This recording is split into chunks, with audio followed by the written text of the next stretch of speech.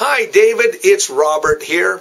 Been talking to you about my role model and a person that I really admire in the last century concerning prayer. His name was George Mueller.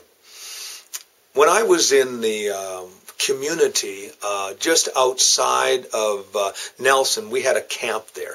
And there was this lady that was teaching about prayer. And she related this story of George Mueller, and I never forgotten it. It's a wonderful story. She said in the story, and this is how the story went, George Mueller was on his way to New York City. And he was traveling by ship because that was the fastest mode of transportation back in his day. And as they were on the way there, a giant fog bank kept them just off the coast of Newfoundland. And they were sitting there for a couple of days.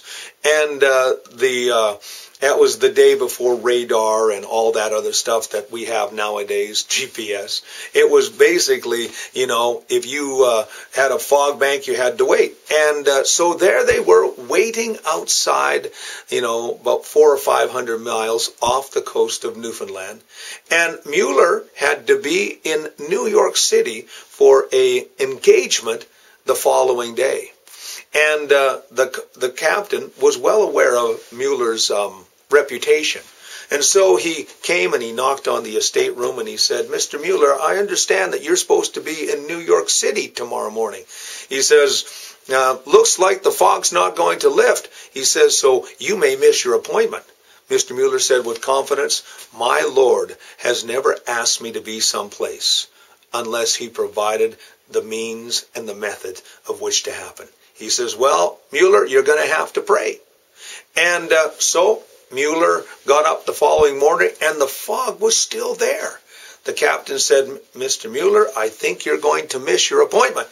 He said, no, God has always told me that I would be right on time.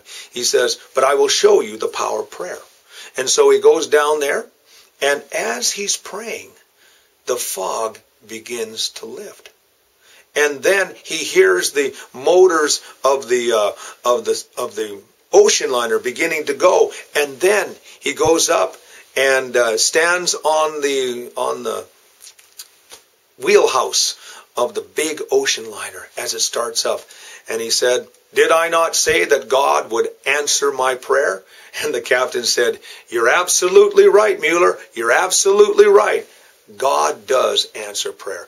And Mueller did make his appointment. He was able to do what God had asked him to do in New York City. Isn't it marvelous to know that God will even help us keep our appointments? If God tells us to be someplace, God will make it happen. If God tells us to do something, he will arrange the circumstances, David, that will make that thing happen.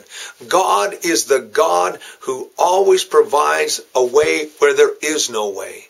If we need to walk through the Red Sea, God will provide a wind. If we have to climb a mountain, God will provide a way up that mountain. If God wants us to have a way in the darkness, he'll provide the light. Isn't that marvelous? If we're fighting a victory like Joshua was, and we need to have the victory, God will even stop the sun. Well, the illustration, I think, is the point. And the point is that God will make a way where there is no way. I love that old hymn that says, God will make a way where there is no way. That's what you and I can stand on, David, today. So, that's why I love this illustration of Mueller, how that God made a way even in the fog. It's been great talking with you, David. Have yourself a great day.